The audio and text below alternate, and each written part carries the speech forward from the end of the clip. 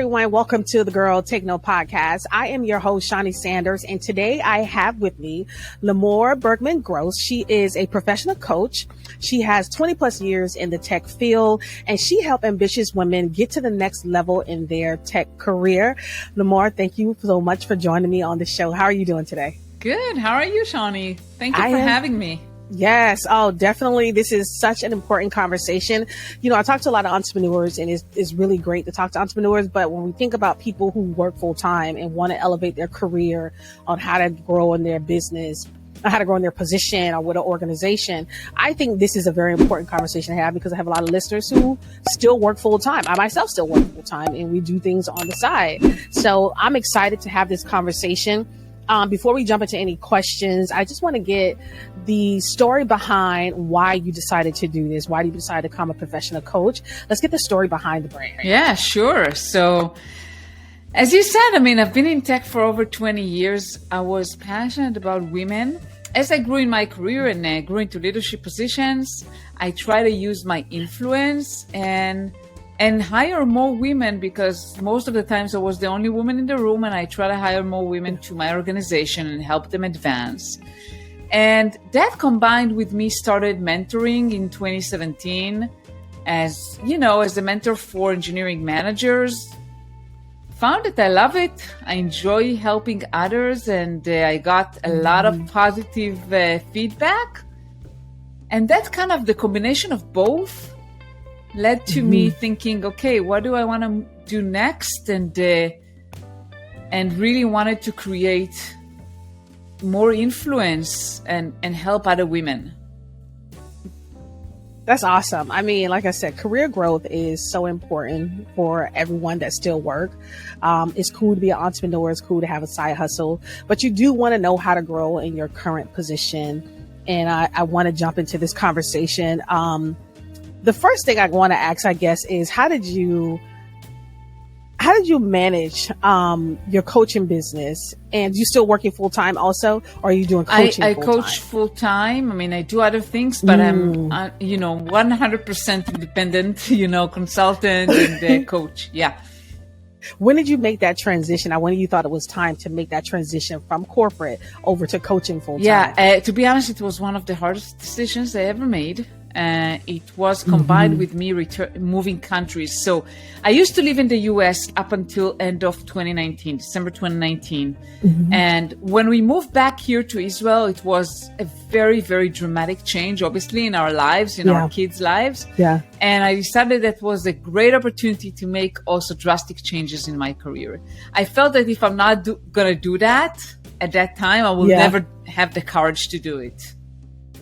Yeah, it's a hard decision to make that jump, because you think about the security of what that job gives you over into entrepreneurship full time, and know that everything now depends on you. Did you always think, like, throughout your career, did you always know that entrepreneurship is where you're going to end up? Or is it like, hey, I'm just kind of fell into this over time? I didn't know, but I wanted it for many years. For many years, I wanted to become an entrepreneur. I felt that I have an entrepreneurial kind of vision and view, and I really want to work for myself and have the freedom to choose.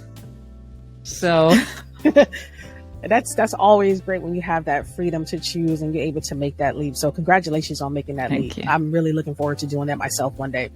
So let's get into career growth. What do you tell if you bring someone into an organization at a junior level, or even at a coordinator level? How do you tell that person? Do you talk to that person then and say, hey, set up a plan for a path for career growth? Or do you tell them, hey, work the system for now and then kind of see where you want to go? And let's talk about that from like a coordinator position that comes into like a tech field. So I think it really depends on the individual. So as I was in the tech field and I was the director of engineering, usually what I did when someone started, I had a 90-day plan to onboard them, to have them first understand the company culture, know the people, figure out what's going on. Because one of the problems when you start a new job, whether you're a junior or even when you're a seasoned professional, it takes time. It takes time to kind of get used to a new, so many people don't switch jobs because it's so intimidated for them. Yeah, I believe moving that. the job is hard. So the first 90 days, I want someone to just get acclimated. And then we start talking about their career aspirations.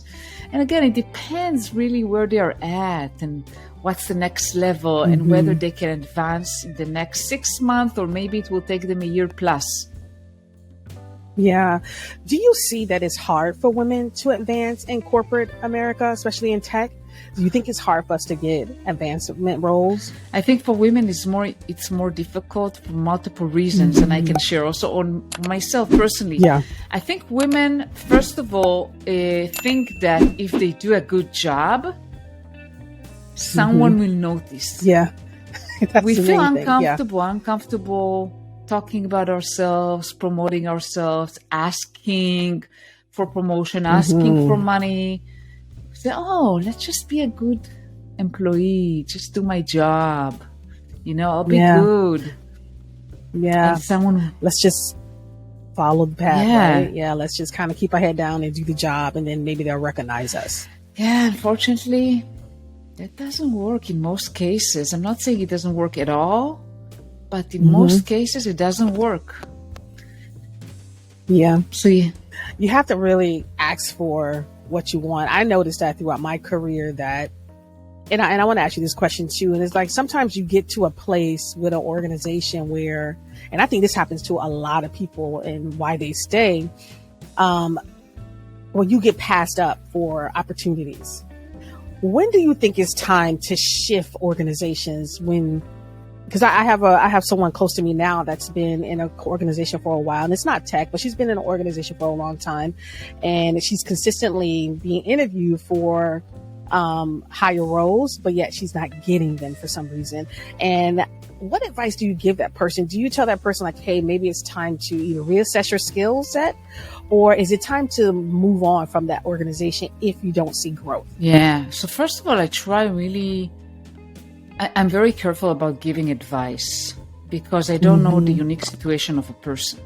And especially nowadays, think about it. If I told someone leave your job and they leave to another position and someone let them go after a while because of the economic situation. Yeah. So first of all, I'm trying to be careful of that. But I try really to help them realize what's the problem in their behaviors, right? Because a lot of times if we switch jobs, we'll find ourselves in similar situations if we don't change our way of operations. So if I'm not advocating for myself, if I'm not transparent about my career aspirations, about what I want, asking for help, asking for clear guidance, really demanding, right? Demanding the support that I deserve. It doesn't matter if I switch jobs. I'll get the same thing over and over again. But if this individual is doing what, they're trying to really talk with their manager, talk to the HR business partner, and nothing works. A lot of times they are in some negative, place. Could be that their manager is not supportive. Maybe the manager doesn't care. I've worked for managers who care just for themselves and no one else. Yeah, I've been there. So if you feel like no matter what you do, you hit a brick wall and your manager is not supporting you, the HR business partner is not supporting you, the whole company, is not there for you. No matter what you do and you try to kind of get clear understanding of what's next for you and what you need to do, then maybe it's time to consider what's next for you, what you want. First of all, realize what you want and then figure out how to get there. It may not be immediate. Sometimes you can upskill. You can get even, experience from your current position that will prepare you for the next one. Yeah. Yeah. I always feel like any role that I take, my last position definitely prepares me for the new position. It gives me a lot more, I have a lot more knowledge, a lot more insight on the job, and be able to articulate yourself very well in interviews. Let's talk about interviews for a minute because so many people get so nervous for interviews. And I always tell people I'm great at interviewing. You know what I mean? Because I look at it as I'm bringing value to them as well as they're bringing value to me. But so many people get so nervous and they kind of like botch their interviews. What kind of advice can you give? Are there any tips you can give someone on how to be more confident in their skill set? Because I think that's really what it is, a lack of confidence in your skill set when you're going into an interview. Absolutely. So first of all, practice. A lot of times when someone reached the point when they want to interview, I tell them, okay, maybe try to interview at some companies that you don't even think that you want to go there. Just practice interviewing. And also prepare for yourself an elevator pitch. Prepare for yourself, how do you want to present yourself? What are your skills? What are the things that you've done well? What are your achievements? What are you good at?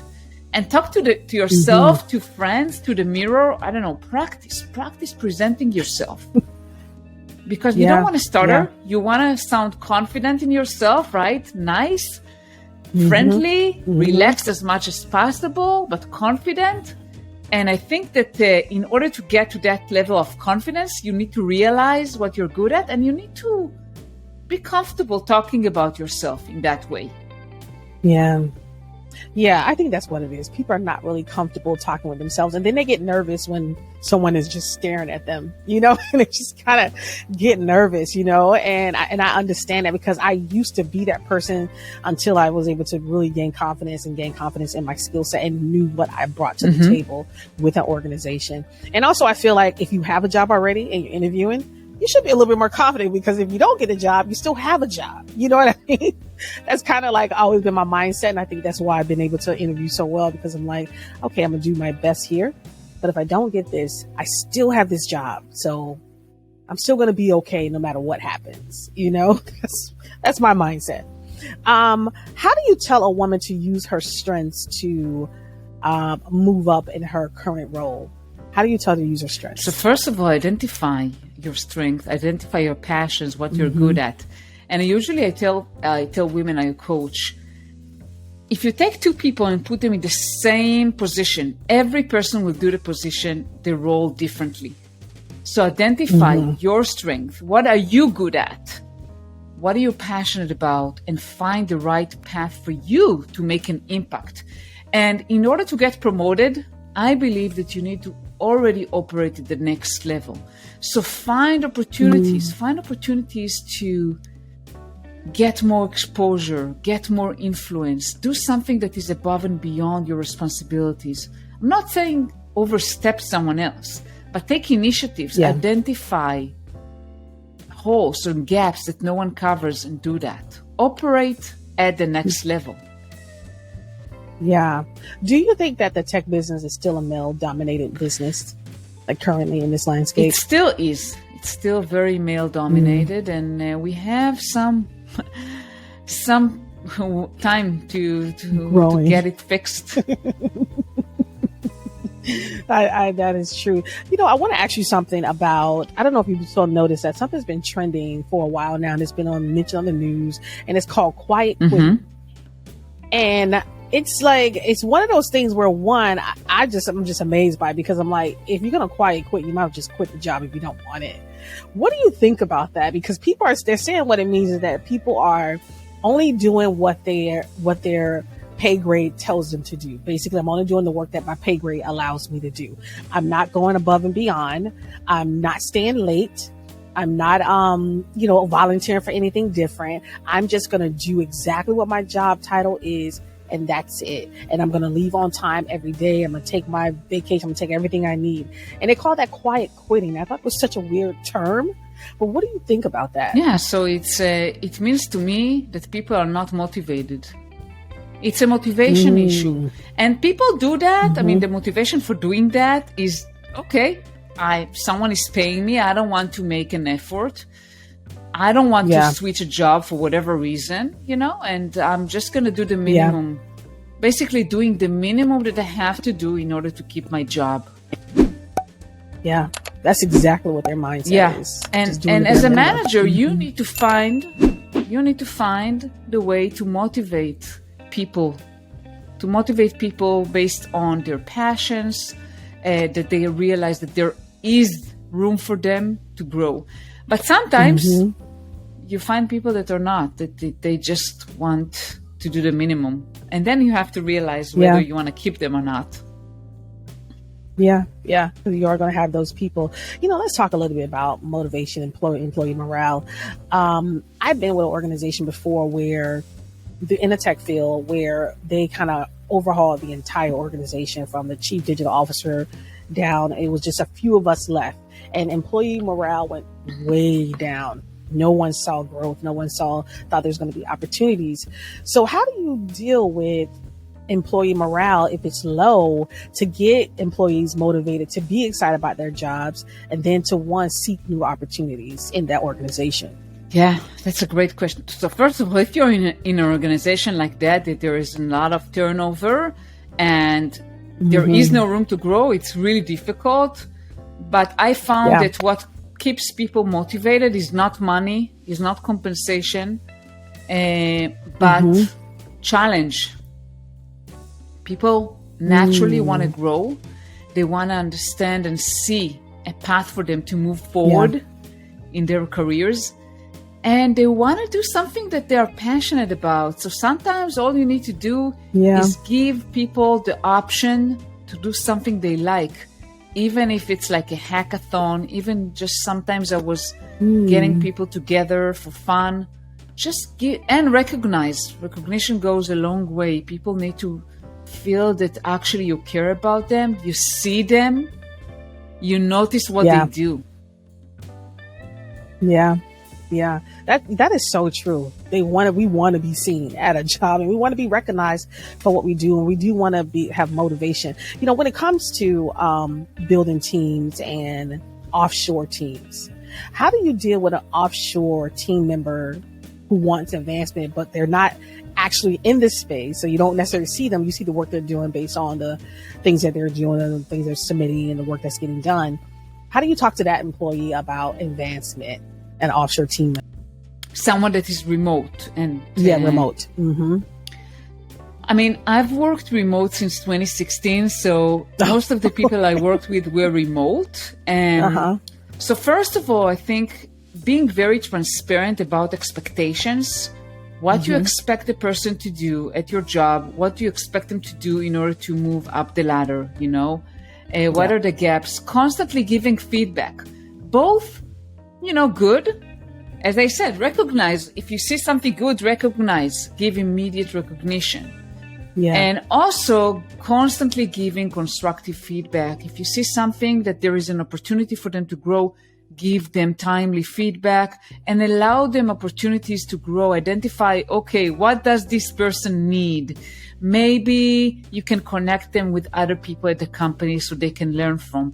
Maybe it's giving them some resource. Sometimes it's even, like, oh, read this book or whatever, but giving them the opportunities to grow and expand.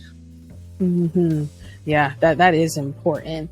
When you think about like your career growth in your current organization, what are some of the steps that you think a person should take to try to make that next level? You're in your current level and you see an opportunity. Let's say you see a job opportunity that the company has posted. Are there steps that we should take within that before we apply for that job? Or should we just go straight and apply? I mean, if there's already a position open and you want that, so you should talk with someone, because otherwise they may just hire someone else. Yeah. But in general, it's much better to be proactive. So if you know first of all, you need to know what you want. Yeah. And then comes back to that, right? Yes. And then you need to realize, okay, what are the gaps? Sometimes you need help, right? You need your manager to tell you, give me feedback, tell me what I need to improve. I constantly, was battling with my manager to give me constructive feedback because he always said I'm great. And I said, I don't like this feedback. I want to hear, great is good, but it's first of all, it's too generic telling someone they are great. Tell me what specifically am I doing very well and what specifically I'm not doing or not doing well enough.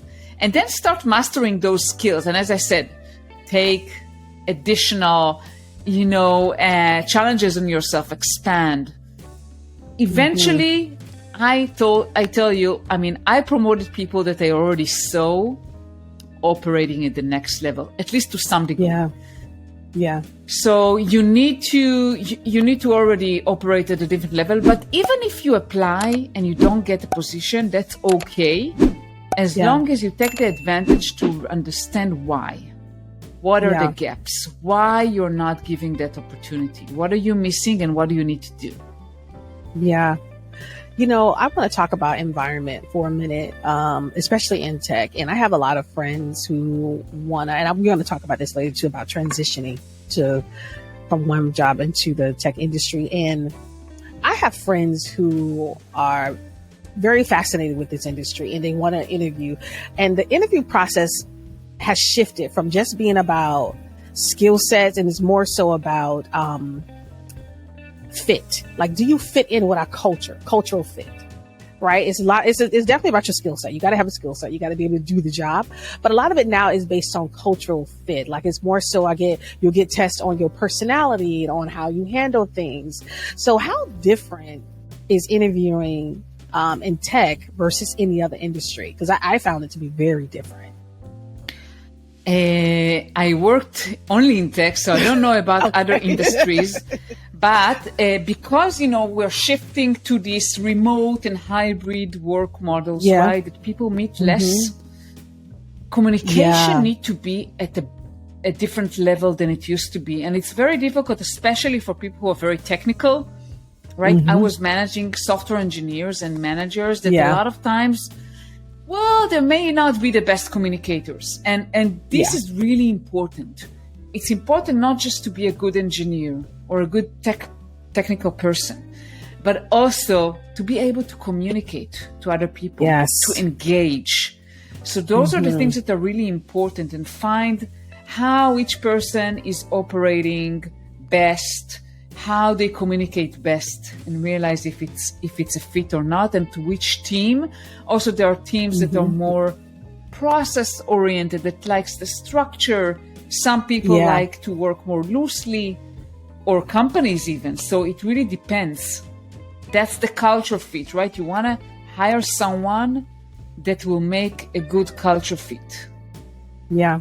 How important is work-life balance? Because I've been in an organization where work-life balance is like, I'm currently in an organization where I've never had work-life balance before until I got into this organization. And I never knew what it looked like, where I actually have time to spend with my family, to do other things, to do my job, and to be able to go pick up my kid from school if they're sick, or go to a doctor's appointment. I've never had this before in my life. And I have coworkers who are very, I don't want to say uncomfortable, but it's very new for them to have this type of, freedom. And it's difficult. It's difficult sometimes when you come from a background where you're used to being, maybe micromanaged, or just very much so used to being like bogged down with work, to now having a time frame to work and more space to do life stuff because they understand the importance of it. So how important is work-life balance in like a tech field, especially if you're remote and you're isolated, where you're not really around your team members? So how important is it? So I think this question is very subjective to individual. I can share that for me, the most important thing was flexibility. So not so much the balance thing as much as how to manage my life. And ever since I started working remote, I found all the possibilities that I had. As you mentioned, like being with your kids. I could pick up my kids from school. I can give them a warm meal. I could sit down with them, help them with homework, and then I could do work in the evening because there was flexibility.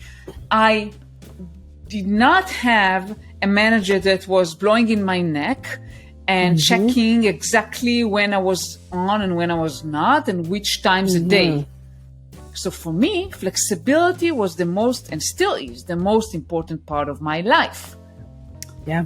But for some people, and I know people, I know women that I'm coaching, so I kind of meet different kind of people and what is important for them. I know that there are some people that it's very important to them to have a well-structured day and a complete separation between work time and their leisure and family time. In general, from my experience in tech, I can share that usually it's really difficult to be able to set such strict boundaries. I'm not saying it's impossible, but at least in companies I worked at and in the roles I was at, the flexibility was more appreciated.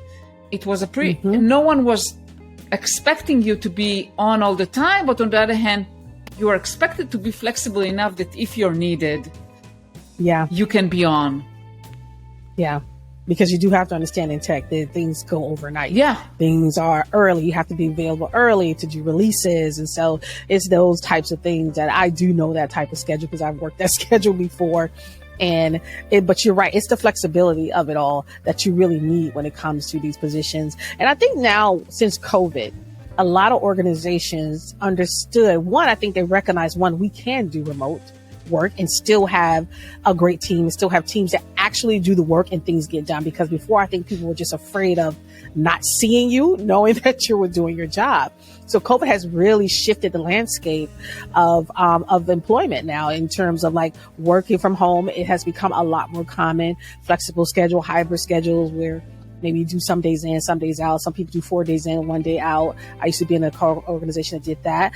But being able to have that flexibility in your position works very well, especially for working moms. It worked really well for us.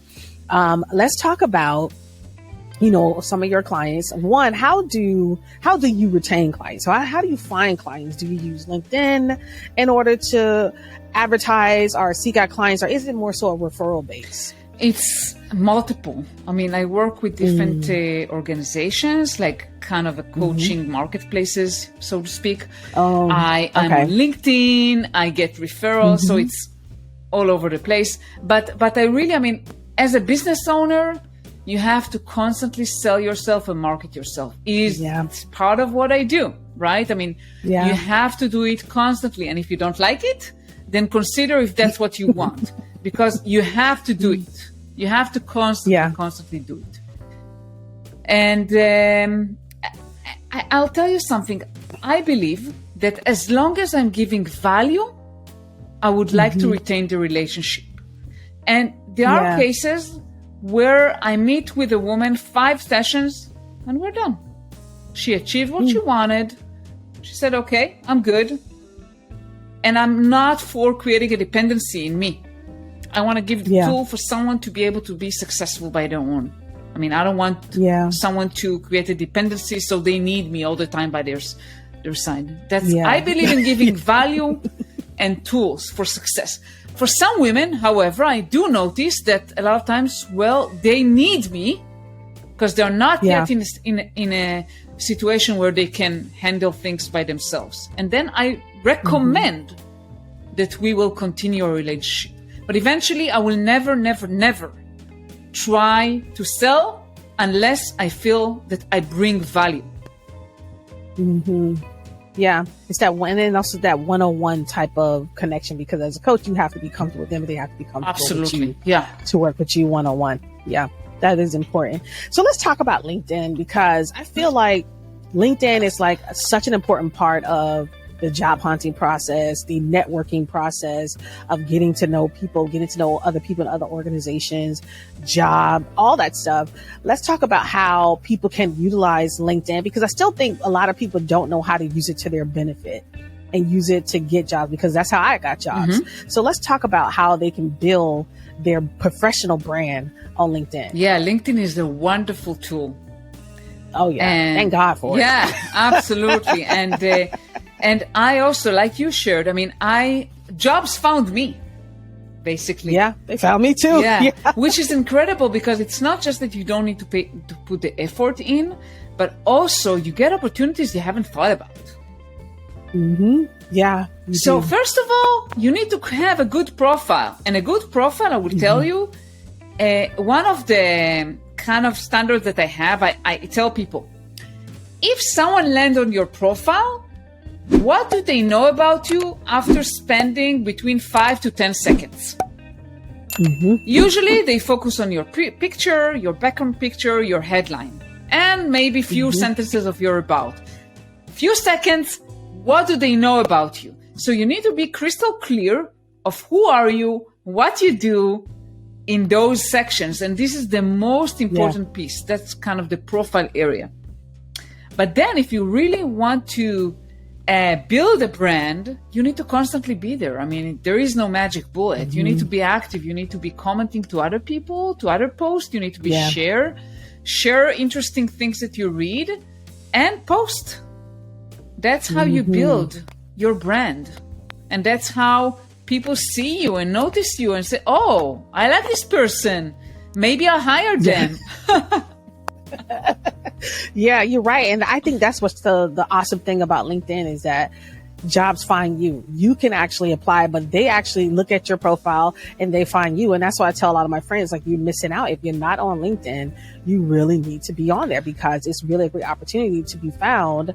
And I'm just thinking about like back in the day, you think about now with all this new digital ways we have of applying for jobs and being seen by employers, when back in the day was like, you had to call places, you had to see if there was hiring. You had to actually look at a physical newspaper to look for ads, so it has changed so much over how we're able to get jobs, how we're able to be seen professionally.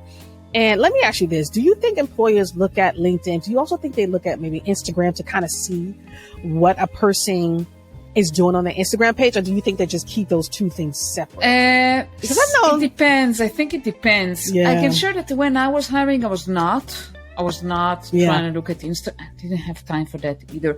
But Twitter, for example, definitely. Twitter is a place that employers look. Not all. And it really depends on the position. If you're looking for a software engineer, then you may check GitHub, you may check Twitter. If you're looking for a marketing person, well, maybe you will want to see their overall social presence and you may check out their Instagram profile. But on super technical roles, but you want to be careful not to put things you don't want anyone to discover on social media. I know, because I've seen before how some employees looked at somebody's social media and was just like, oh no. And I'm like, well, it's their private life. It's not necessarily has to do anything with their job and whether they can do the skill set or not. Let's talk about skill set. Let's talk about what's important when it comes to a tech position, because a lot of people, and I'm not saying degrees are not important. Degrees are very much so important. People want to see if you graduated college, but I feel, this is just my personal opinion. This is not the way of the world. I feel that your skill set trumps your degree, because when you go into a tech field, it's about the tools that you use, the applications you know how to use. Yes, it's great you have a college degree. That's awesome. But it's also what's most important is the skill set that you have. Can you actually do this job? Not just if you learned about this job in school, can you actually do the physical work? Which one you think is most important? And are we shifting away from the college degree being the main thing that gets you in the door now? I think we already shifted. Yeah. I'll tell you, I had people in my organization. I had one person who started as a high school student, another person who didn't even have a degree, who didn't, maybe they didn't even have a high school diploma. So definitely that's not a mandatory anymore. But I'm not saying that degrees are not important and people should not go and pursue a degree. Not to say that at all. For me, the most important thing was to see if people are curious, if they like to learn new things. How easy is it for them to learn? Because in the tech field, you cannot stay stagnated. No matter what skills you have today and what you have done and what you have learned, you have to be able to adapt constantly to what is the new thing, right? I mean, and see now everything is about AI and all the wonderful tools. So you constantly need to be up to date and learn and be curious to learn new things. So that for me was the most important thing to look for. Yeah, you're right. We're shifted away from the degree so much into more of a skill set, especially over in tech is what I tell people. Listen, if you want to know how to do this job, you need to learn how to use certain applications in order to, get yourself in the door. Let's talk about transitioning, career transitions. And I know people who want to be in this field. And I don't know if you work with women who've transitioned from maybe like a marketing field over into, I don't know, let's say a tech field. Have you worked with women that have transitioned? And if so, what advice can you give someone who wants to be in the tech field and grow in this field? Because they know the financial opportunities it is with the career growth in this field. And then people want to be able to live a better life and support their families with a better salary. So what advice can you give that person who want to transition? First of all, the best advice I can give, don't do it just because of the money and the benefit. I'm not saying it's not important. Absolutely. But still, you want to do something because you like it. The only reason you want to move into tech is just because of the benefits and the money, don't do it, because you'll be miserable. You will not like what you're doing. So definitely don't do it just for the benefit. So I think it's networking, it's meeting people. Sometimes I recommend people to start let's say there are companies that they want to work at. Sometimes I'll say, well, maybe get the foot in the door in some company, maybe in a role that is more, I don't know, customer success, support, and then grow into another role. Companies where you see that they care about their employees, that they offer internal moves, that they want to advance people, start as some entry level and move up. Or internship. This is another wonderful opportunity to get into the door. That's how I was hiring women, actually. It was one of the strategies I was using. I was looking for interns that are female, and then when we identified someone who was really good, meaning that she was hungry for learning and she showed independence and a passion, we hired her. So internship is another great way. Yeah. Let's talk about the non-technical jobs, because although there's the engineers, there's the QA people, there's also other jobs like a product owner, like a BA, that don't require a technical background or a degree in technology.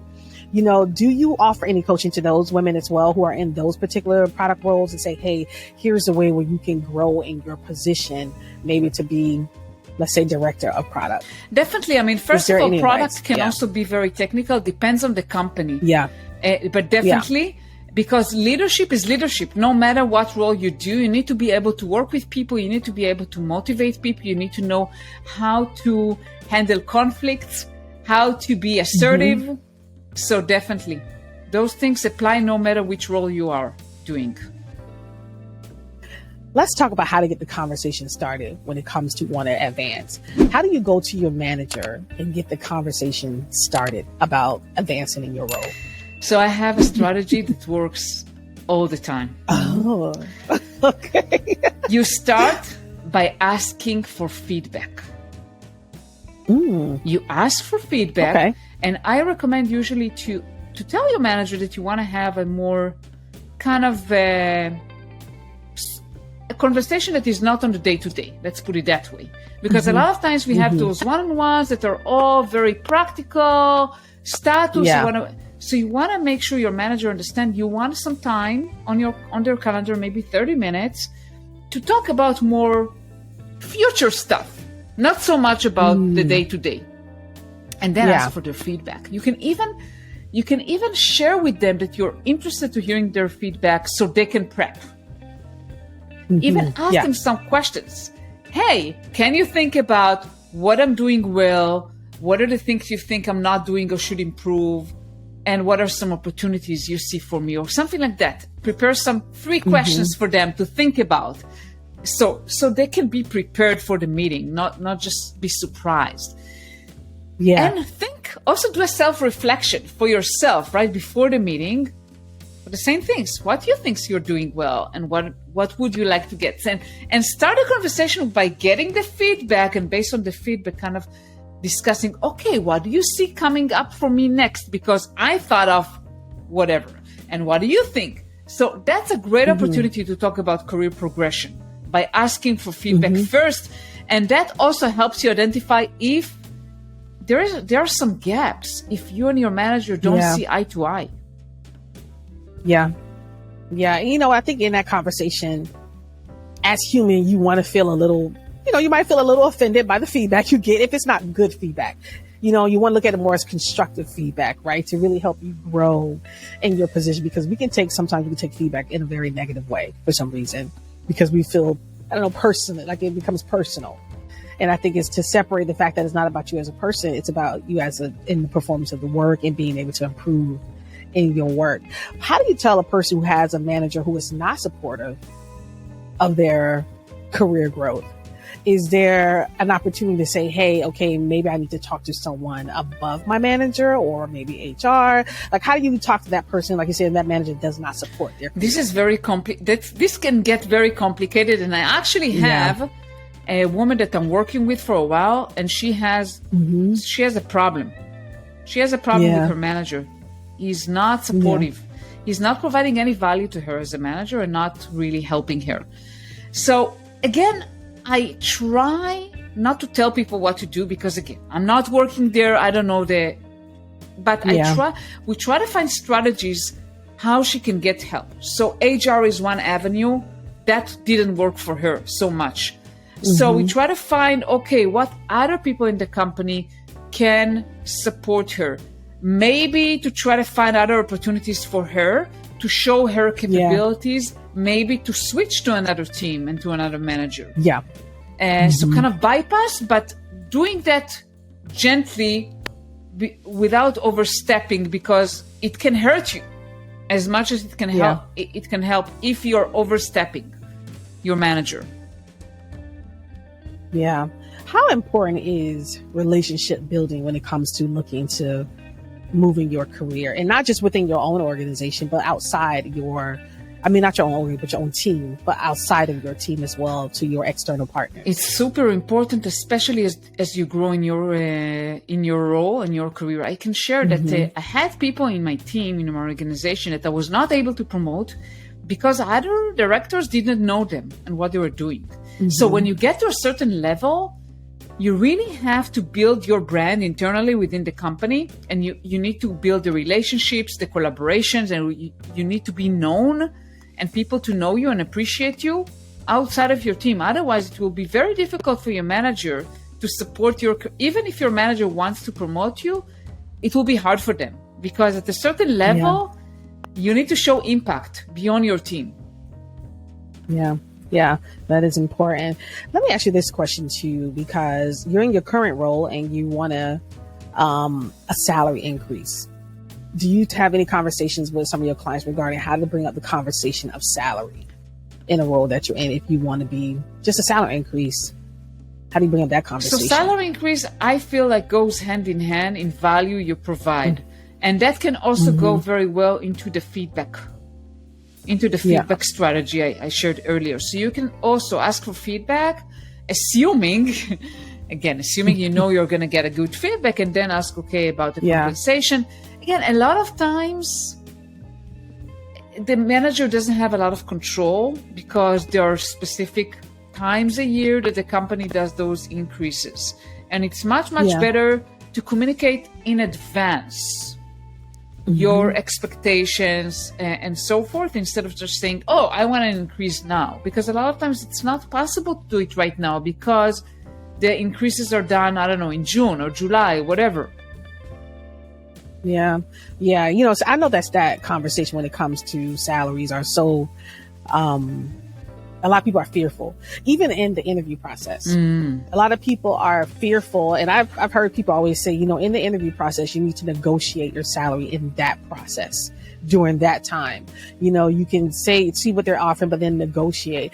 Do you believe you can do that, is negotiate your salary in the interview process? Or do you think that, hey, start where you are and then grow from there when it comes to salary? Definitely, it's important to negotiate the best terms you can get when you start. But it also depends on the market, right?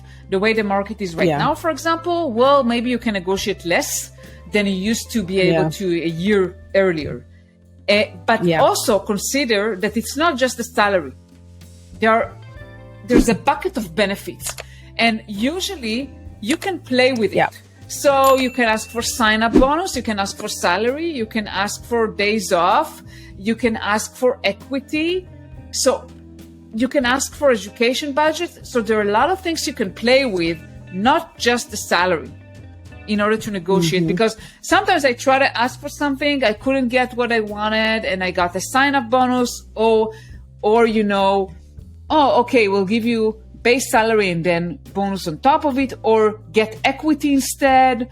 So it's kind of a give and take, and you need to be flexible and offer different things depending on what is more important for you. Yeah. I wanted to bring up something. I was inside a fireside chat, and it was with one of our leading women in our organization, because the organization where I was in didn't have a lot of women that were at the executive level. And she said something that was so interesting. And she said that, a lot of times women will see jobs and count themselves out because maybe it's 2 or 3 things, or maybe it's 3 or 4 things on there that they feel like they can't do and they won't even apply. She said, but a man will see those 2 or 3 things that he can do and might not be able to do anything else and still have the confidence to apply for the job. Do you believe that's true? Because when she said that, I was so surprised. And I thought about it when it came to my own job hunting, when it came to other friends of mine, female friends of mine, and their job hunting. And people do look at certain things. They pull certain things out of the job description and feel like, oh man, I don't have that experience there. But you have all the other skills and stuff that you can do, the duties and stuff. But then they just won't apply. Yes. Do you encourage women to apply anyway? First of all, to see what happens? It's true. It's true. Unfortunately, it's true. Yeah. And also I can share that as a hiring manager, drafting so many job descriptions, hiring managers always shoot for the moon. The job description will always include 150% of what a person can actually do. And usually there is no person that exists on this planet that have all the qualifications, usually, based on my experience at least. So take that into account. Take that into account. And by the way, as a manager, if you want to create an inclusive environment, think about your job descriptions and try to relax the wording a little bit and the requirements, because that can be intimidating. So definitely apply. I recommend trying to network and find people who can refer you other than just apply on the website. But if you don't know anyone, that's okay, apply. What's the worst that can happen? No one will respond, or they'll send you some automatic message. So what? Yeah. How do you motivate a person who's job seeking right now, and they don't hear back? Because I know that can be a blow to your confidence. And like I said, I've been there myself, job hunting. I have friends who are there now and don't get, there's like, I sent out 100. I remember one friend of mine was tracking hers on an Excel spreadsheet, and she has a job, but she's looking to change positions. And she was like, I sent out 150 resumes last, I applied to 150 jobs last week and nobody responded. And so she felt so defeated, so unmotivated. How do you keep that person motivated to still move forward and in their career and know that they're going to be okay on this journey? Yeah. So first of all, if you applied for 150 jobs and you haven't heard back, usually it means that it's not related to you at all. It's this automatic software that kind of, so maybe your resume is not written well. And try, to look at how your resume is written compared to the job descriptions. What are you missing there? Maybe you're missing on some keywords, on some phrases that can help your resume stand out, because it could be just a software thing, not even related to your capabilities. As I said, it's much, much, much better to be referred rather to just apply blankly, because those robots, skim your resume, and you may not even have a human looking at your resume at all. So it doesn't mean anything about you. But still, the job hunting can be emotional draining. Take a break. Do something for yourself. I went skiing, When I moved to the US, to Colorado, it was so hard. I just say, okay, forget about all of this. I'm going to ski. Take some breaks because it's hard. Yeah. It's hard. Yeah. Yeah. I think that's what it is too, is that you have to take a break from it. You go at it so hard every day for like weeks, and then you feel like you get no progress. And I think that's probably why people get so burnt out, is that they need to just take a break from it and understand that it's just a process. But you touched on something that I think is important. Do you think today getting a new job, just landing, let's not even talk about getting a job, let's just say landing the interview, is more so based off referrals versus just blind applying? Definitely referrals. Like you said, by somebody basically someone that sent you this job description and they can help you get in, versus you just applying. It's definitely increasing your chances significantly. I'm not saying that if you apply blindly, you will not be summoned for an interview. But if you know someone, even if you don't know them very well, but they can refer you, you increase your chances significantly, because companies love referrals. They love referrals. And people like to refer because they get a referral fee. So it's a win-win situation. Yeah, it is. It's definitely a win-win situation. We're going to bring this conversation to a close, but what do you want people to know about your coaching business, and how they can contact you to maybe see if you're a fit for them? Yes, I think if they want to see if I'm a fit for them, obviously listen to this episode, look on my LinkedIn profile, see what I do, what I post, see if you're connected, if you like what I'm doing. I try to be transparent, to bring myself as I am, no filters, so people can feel if they are connected or not. You can book a free 30-minute session with me just to get to know me. It's on my LinkedIn profile. There's a link there. So just meet with me. We can talk and see whether I can help you, if you think I can help you or I cannot help you. And if not, that's okay too, Yeah. It all works. So definitely I'll have all your information down in the description notes as well. This has been a good show. Before we end the show, I'm going to ask you a question I ask all my guests before we end. What is some of the best advice you received from another woman? The best advice is really to have a goal and pursue it. Laser focused.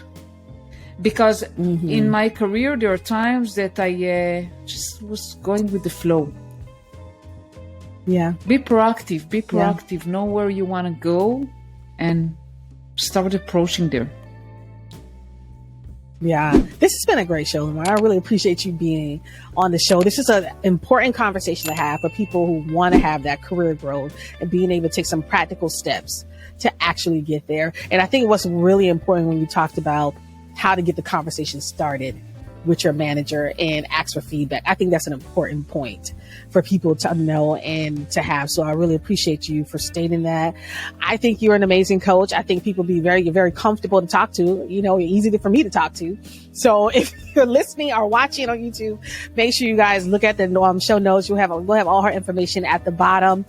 This has been a really great episode. I thank you guys for watching and listening. I am Shawnee Sanders. This is the Girl Take No Podcast, and I will see you guys next time.